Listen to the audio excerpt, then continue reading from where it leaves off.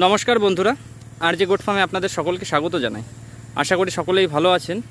তো আমার ফার্মের আপডেটের সঙ্গে সঙ্গে প্রতিনিয়ত কিন্তু আমার ঘাসের জমির আপডেট আপনাদের সঙ্গে শেয়ার করি। আর ঘাসের জমির বিষয়টা শেয়ার করার একটাই অর্থ যে লকডাউন বা করোনাকালের পরিস্থিতিতে কিন্তু বহু মানুষ পশ্চিমবঙ্গের বুকে ছাগল ফার্ম বা গোট ফার্মিংয়ের সঙ্গে যুক্ত হয়েছেন। কেউ 5টা, কেউ 10টা, কেউ 6টা। তো যেটা দেখা যাচ্ছে বা গেছে যে সঠিক পরিকল্পনা অনুসারে ফার্মিং না করার জন্য কিন্তু অনেক খামারি বন্ধ হয়ে গেছে বা ফার্ম তুলে দিয়েছেন, যে তারা ছাগল পালনে সম্ভব নয়। তো ঘাসের জমি শেয়ার করার অর্থ এটাই যে আমাদের সঠিক পরিকল্পনা। অনেকে অনেক রকম মতভেদ তৈরি করেন, আমি ভিডিও আপনাদের সঙ্গে শেয়ার করি যে সঠিক পরিকল্পনা যে বা ছাগলের ফার্মের প্রধান যে বিষয়টা সেটা হলো ঘাসের পরিচর্যা বা অগ্রিম ঘাসের যোগান। আমরা ছাগল সহজে কিনে নিয়ে আসতে পারি বাজার থেকে, কিন্তু ঘাসটা কি আমরা আদৌ পারি সহজে তৈরি করে নিতে বা 2 দিন বা 5 দিন 10 দিনের মধ্যে? এই যে ঘাসের জমিটা দেখতে পাচ্ছেন যে আমি প্রতিনিয়ত আপনাদের সঙ্গে ভিডিও শেয়ার করতে পারছি না, তার একটাই কারণ কিন্তু আমার ঘাসের পরিচর্যা। যে ঘাসটা যদি আমার সঠিক থাকে, আর আমি আপনাদের সঙ্গে আগেও শেয়ার করেছি যে আমি কিন্তু গোট ফার্মিং করি আমার মতো করে আমি ওয়েদারটাকে কিন্তু বিশেষ গুরুত্ব দিয়ে থাকি সব সময়। সেটা শীতকাল হোক, বর্ষাকাল হোক, গ্রীষ্মকাল হোক, সমস্ত বিষয় কিন্তু ওয়েদারের ওপর চোখ রাখতে হয় বা ওয়েদারের যে আপডেটটা সেটা কিন্তু আমাকে প্রতিনিয়ত রাখতে হয়। তো দেখতে পাচ্ছেন যে আমি জমিতে জল ছেড়েছি সবে। আর ঘাসের জমিতে জল যারা দেন তো চেষ্টা করবেন বিকালবেলায় যে সূর্যের আলো পড়ে যাওয়ার পর যদি দিয়ে থাকেন তাহলে ঘাসের রেজাল্টটা অনেক ভালো থাকে। আর একটা বিষয় যেটা বলবো যে প্রতিনিয়ত কিন্তু আপনারা দেখেন যে আমার ঘাসের জমি আগাছা মুক্ত থাকে।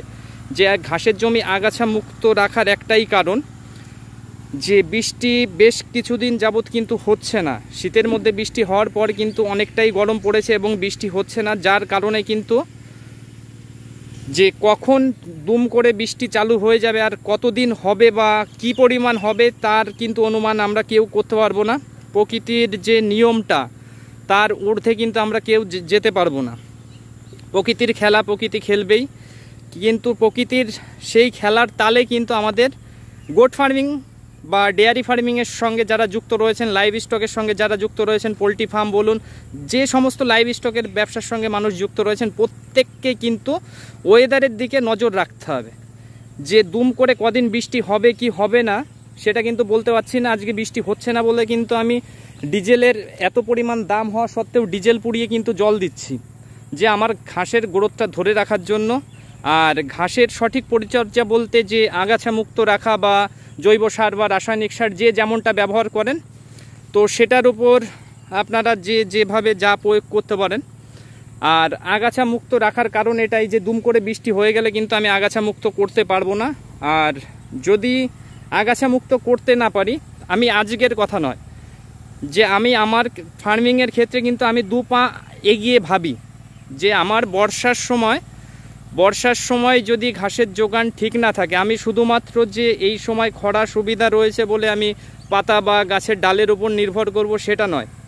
যে সারা বছর আমাকে এই জমির থেকে ফলন নিতে হবে, সেটা শীত, বর্ষা, গ্রীষ্ম সমস্ত সময়। তো আপনারা আমার ঘাসের এই একই জমি একই ঘাস বারবার কিন্তু আপনাদের সঙ্গে শেয়ার করি, যে আপনারা পরিবর্তনটা নিজে চোখে দেখুন। যে এটা কোনো এডিট নয়, যে এডিট করে ভিডিও করার মতন সময় আমার নেই। আমি যেটা করছি প্রতিনিয়ত কিন্তু আপনাদের সঙ্গে শেয়ার করি। এখনও যারা নতুন ছাগলের ফার্মের সঙ্গে যুক্ত হতে চাইবেন তাদেরকে হাত জোর করে অনুরোধ করব, যদি ফার্মটাকে এগিয়ে নিয়ে যেতে চান, এটা শখের জিনিস নয় যে আমি শখ করে করলাম যে লাভ 2 দিনে দেখে যাব বা 6 মাসে পেয়ে যাব, তারপর এটাকে প্রশস্ত করব বা ঘাসের যোগান দেব। যে লাইভ স্টক বা এই ছাগল ফার্ম ডেয়ারি ফার্মের সঙ্গে যুক্ত হওয়ার আগেই কিন্তু আপনাকে সঠিক পরিকল্পনা করতে হবে। ছাগলের বাসস্থান যদি একটু নিম্নমানের হয় সেখানে কোনো ক্ষতি নেই, খাদ্যের ওপর বেশি গুরুত্ব দিতে হবে। খাদ্যের যোগানটা আপনাকে রাখতে হবে। পর্যাপ্ত পরিমাণ জায়গা, নিজস্ব সম্পত্তি বা নিজস্ব জমি যাদের আছে তাদেরকে অবশ্যই ঘাস চাষে সুবিধা হবে।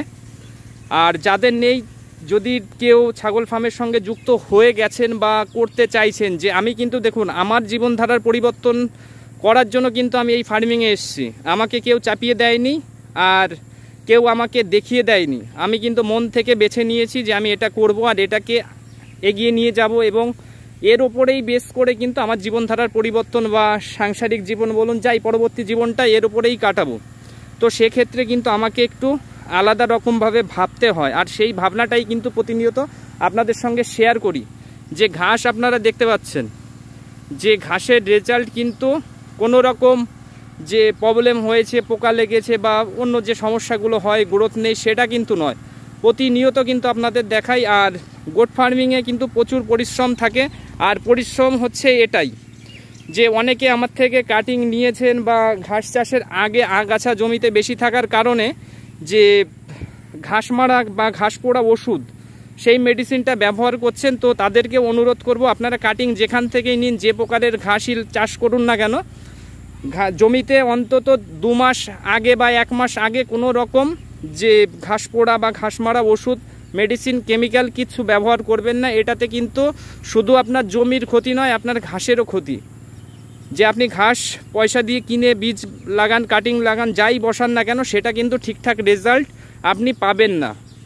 তো সেক্ষেত্রে আমি আলাদা করে আপনাদের জন্য একটা ভিডিও তৈরি করে দেব। অনেকেই বুঝতে পারেন না যে কাটিংটা কিভাবে বসাবো বা কিভাবে জমি তৈরি করব। তো মুর্শিদাবাদের এক দাদার ভিডিও কিন্তু আপনাদের সঙ্গে আমি দুটো শেয়ার করেছি। তাদের সঙ্গে ফোনে ফোনে অনেক কথা বা অনেক যে সুবিধা অসুবিধা বা এইভাবে নয় ওইভাবে আমি কিন্তু শেয়ার করেছি। তারা কিন্তু তাদের মতন করে চেষ্টা করছেন বা আমার থেকে পরামর্শ নিয়েই কিন্তু তারা তৈরি করছেন। আর যে বিষয়টা শেয়ার করব, যে কেনা খাবারের দাম আমরা হয়তো ভাবছি যে এপ্রিল মাসের পরে হয়তো গিয়ে বা এপ্রিল মাসে ভুট্টার দাম কিছু পরিমাণ কমে যাবে, হয়তো কিছু পরিমাণ কমবে। কিন্তু আমরা যদি কেনা খাবারের উপর বারবার শুধু একটাই যে বার্তা আপনাদের সামনে তুলে ধরি বা শেয়ার করি, যে কেনা খাবারের উপর নির্ভর করে লাইভ স্টকের বিজনেস বা ডেয়ারি আর গোটারির ক্ষেত্রে, বিশেষ করে পোলট্রির বিষয়টা আলাদা, যে সেটা কিন্তু করা যাবে না। যে কেনা খাবারের ওপর যদি আমরা নির্ভর থাকি তাহলে কখনোই ফার্মটা কন্টিনিউ করা সম্ভব নয়। যেটা আমার ক্ষেত্রে আমি বলবো যে আমার দ্বারা কিন্তু কেনা খাবারের ওপর ফার্ম চালানো সম্ভব নয়। এখন বিকাল হয়ে গেছে, তো আস্তে আস্তে বেলা পড়বে, ভিডিওর কোয়ালিটিও হয়তো একটু খারাপ হবে। আর আমার ফোন ছাড়া তো ভিডিও করার মতন তেমন কোনো ইনস্ট্রুমেন্ট বা যন্ত্র নেই। তো এর মধ্যেই যেটুকু বোঝানো যায়, যেটুকু দেখানো যায় আপনাদের সঙ্গে শেয়ার করব। তো দেখুন যে আমি কিন্তু সব সময় চেষ্টা করি, আর এই কারণেই ব্যস্ত, যে ঘাসের জমিটাকে আমাকে সম্পূর্ণ আগাছা মুক্ত রাখতে হয়, বা সব সারা বছর বলুন, শুধু বর্ষার সময়টা বাদ দিয়ে কিন্তু সারাটা বছর আমি চেষ্টা করি যে কঠিনের থেকেও কঠিন পরিশ্রম করে আমার যে ফসলটা রয়েছে, এটা কিন্তু আমার ফসল, আমি বারবার করে বলি যে আমার এই সবুজ ফসলটাকে পর্যাপ্ত পরিমাণে তুলে নেয়ার জন্য। তো ঘাস ছাড়া যারা এখনও ছাগলের সঙ্গে যুক্ত রয়েছেন তারা অবশ্যই ভালো করেই বুঝতে পারছেন যে সমস্যাটা কোথায় হচ্ছে বা কি হচ্ছে। যে দুদিন পরে বৃষ্টি চলে আসবে বা বৃষ্টির যে মরশুমটা সেটা যখন চালু হয়ে যাবে, তখন কিন্তু মাঠে চড়ানো বা যে গাছপালা ডালপালার উপর নির্ভর করে একটা দুটো ছাগলের খাবার আমরা সহজেই জোগাড় করতে পারি। কিন্তু যাদের এখন 5টা বা 10টা গাভীন ছাগল রয়েছে, তারা হয়তো 2 মাস 1 মাস পরে বা 3 মাস পরে বাচ্চা দেবে। তখন সেই সময়ের অগ্রিম 6 মাস আগের ভাবনাটা আপনাকে কিন্তু এখনই বর্তমান সময়ে দাঁড়িয়ে ভেবে নিতে হবে যে 6 মাস পরে গিয়ে আমাদের ছাগলের খাবারের সমস্যা হবে কি না। যে এই যে ঘাসের ঝাড়গুলো দেখতে পাচ্ছেন, এগুলো কিন্তু পুরো 2 বছরের ঝাড়। জানি না আমার ঘাসের রেজাল্ট কি আছে, আপনাদের হয়তো এর থেকে ভালো হতে পারে, তবে আমার কাছে আমার জিনিস ভালো। আমার ছাগল বলুন, গরু বলুন বা আমার ঘাসের জমি বলুন, আমার কাছে ভালো, আমি পর্যাপ্ত পরিমাণ ফলন পাচ্ছি। তো সেটাই আপনাদের সঙ্গে বারবার করে শেয়ার করব যে আমার কিন্তু সবুজ খাদ্যের কোনো রকম অভাব নেই। বর্তমান সময়ে দাঁড়িয়ে জমিটা, গাছটা যত পুরনো হবে, এই গাছটা যখন আমি আরও 2বার 1বার কাটবো, তখন কিন্তু এর থেকেও বেশি ফলন আমি পাবো, এটাই আমি আশাবাদী। যে আমি সেইভাবেই কিন্তু আমার ঘাসের জমির পরিচর্যা করি এবং চেষ্টা করি সব সময় যে এটাকে ভালো রাখার। তো আপনারা যারা ঘাস চাষ এখনও করেননি তাদেরকে অনুরোধ করব যে ছাগলের ফার্মের সঙ্গে যারা আবেগের বশে চলে এসছেন, কেউ খারাপভাবে নেবেন না। যে ইউটিউবে নানান রকমের ভিডিও, যে খড় খাইয়ে ছাগল পালন করে লাখপতি কোটিপতির যে গল্পটা শুনে চলে এসেছিলেন, তাদেরকে অনুরোধ করব যে ছাগল ফার্মের সঙ্গে যদি যুক্ত হয়েই থাকেন বা মন থেকে এখন ভালোবেসে ফেলেছেন, অনেক সময় আসে যে আমরা টাইল রূপে শুরু করি, যে ভালো লাগা ভালোবাসাটা হয়তো কিছু সময় পরে আসে। তো সেক্ষেত্রে যারা ভালোবেসে ফেলেছেন ছাগলকে, তারা অন্তত যে ছাগলকে বা ছাগলের উপর নির্ভর করে জীবনধারার পরিবর্তন করতে চাইছেন, বহু মানুষ, বহু শিক্ষিত বেকার যুবক যে অনেকে কাজ হারিয়ে ছাগলের ফার্মের সঙ্গে যুক্ত রয়েছেন, কিন্তু কোনোভাবেই কোনো কুল কিনারা খুঁজে পাচ্ছেন না। কিন্তু তাদের পরিশ্রম কিন্তু আমার থেকেও হয়তো তারা বেশি করছেন। যে আমি কিন্তু আমার ছাগলের খাবার দেয়া বা ঘর পরিষ্কার, এটা কিন্তু আমার কোনো পরিশ্রমই নয়, যে আমি অভ্যাসের দাস হয়ে গেছি, এটাকে আমাকে প্রতিদিনের রুটিন হিসাবে করতে হয়। পরিষ্কার পরিচ্ছন্ন রাখা ঘাসের জমির যে রৌদ্রের মধ্যেও কিন্তু আমাকে পরিষ্কার করতে হয়। কষ্ট বা পরিশ্রম কিন্তু এটাই, যে সঠিক ফলনটা যদি আমি ফলাতে পারি বা ওঠাতে পারি, এখান থেকে কিন্তু আমার ছাগল পালনটা অনেকটাই সোজা হয়ে যাবে। তো ঘাসের বিকল্প কিছু হয় না। আমি আজকে আপনাদের সামনে আমার স্মার্ট নেপিয়ারের ঘাসটা আমি দেখাতে পাচ্ছি না, তবে আমি চেষ্টা করব আপনাদের পরবর্তী একটা ভিডিওতে, যে আমি বাগানের মধ্যেও কিন্তু ঘাস চাষ করেছি, তার রেজাল্টও আপনাদের দেখাবো। যে আমার ছাগল আপনাদের আশীর্বাদ, ঈশ্বরের আশীর্বাদ, বাবা মায়ের আশীর্বাদে সুস্থ স্বাভাবিক রয়েছে, এবং আপনারা আশীর্বাদ করবেন আগামী দিনেও যেন আমার ছাগল গরু বা আমি যে যাদের উপর নির্ভর করে আমার জীবনধারার পরিবর্তন করতে চাইছি, তাদের ওপর কোনো রকম যে প্রাকৃতিক যে বিপর্যয়টা কখনো কখনো চলে আসে নানান দিকে, নানান রকমের যে বিষয়টা রয়েছে, গোট বক্স রয়েছে, পিপিআর রয়েছে, আমি আমার পরিশ্রম দিয়ে যেন সেগুলোকে আটকাতে পারি এবং আমার ছাগল গরুকে সুস্থ রাখতে পারি। আপনারা আপনাদের কাছে যত যে ছাগলই থাকুক না কেন, সবার কাছে ভালো ব্রিড থাকতে হবে। আমার কাছে ভালো ব্রিড নেই, আমার গ্রামের ছাগল, দেশি ছাগল দিয়ে আমি ফার্মিং শুরু করেছি, আর এটা দিয়ে আমি কন্টিনিউ করছি। ভবিষ্যতে পরিকল্পনা যে রয়েছে সেটাও আপনাদের সঙ্গে ধীরে ধীরে আমি শেয়ার করব সময়ের সঙ্গে সঙ্গে।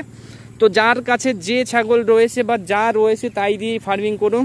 যে সবাইকে যে 18,000, 20,000, 30,000 টাকা দামের ছাগল কিনতে হবে সেটা নয়। যখন নতুন করে কেউ কিনবেন, সেটা মানসম্মত, যেটা সাইজে বড় রয়েছে বা দুধ দেওয়ার ক্ষমতা ভালো বা ছাগলের হেলথ ভালো, সেরকম ছাগল দেখে আপনারা ক্রয় করবেন, তাহলে হয়তো অনেকটাই সহজ হবে। যেটা আমি সমস্যার সম্মুখীন প্রতিনিয়ত হচ্ছি, যে আমি অল্প পয়সা দিয়ে ছাগল কিনেছি ঠিকই, কিন্তু আমি ছাগলের সেই গুণগত মানটা সেই সময় অতটা অভিজ্ঞতা ছিল না বা বুঝতে পারিনি। আমি অল্প পয়সার মধ্যে পেয়েছি, আমি কিনেছি, বাচ্চা কিনেছি, বা মায়ের কোয়ালিটি দেখিনি, দুধের কোয়ালিটি দেখিনি, কিন্তু আমি হাল ছেড়ে দিইনি, আমি হাল ছাড়িনি। আমার সমস্যা এসছে, আমি সমাধান খুঁজেছি, প্রতিনিয়ত সমস্যার সমাধান খুঁজি, যে আমাকে করতে হবে, পারতে হবে। এইটা একটা যুদ্ধ বলুন, যে জীবন যুদ্ধ বলবো না কি বলবো, আমি কখনো কখনো বুঝতে পারি না। যে অনেক বিপর্যয় আসে, যে এমন এমন দিন আসে যে যারা ছাগলের সঙ্গে যুক্ত হয়েছে, বেকার আমার মতো যারা প্রতিনিয়ত লড়াই করছে বা পরিশ্রম করছে, যে এমন এমন দিন গেছে যে রাতে ঘুম তো দূরের কথা, যে ভাবনাটাই অন্যরকম পর্যায়ে চলে যায়। তো যাই হোক, আপনারা আপনাদের ছাগলের প্রতি যত্নশীল থাকবেন, আপনাদের ছাগলের প্রতি যত্নশীল থাকুন। ছাগলের সঠিক ব্যবস্থাপনা, পরিষ্কার পরিচ্ছন্নতার পাশাপাশি সবুজ খাদ্যের যোগান আপনারা দিন। আপনাদের ছাগল বাচ্চা যখন হবে তখন অবশ্যই দুধ হবে, এবং তাদের যে পরিচর্যা সেটার দিকে খেয়াল রাখুন। আপনারা সবাই ভালো থাকুন, সুস্থ থাকুন। নমস্কার।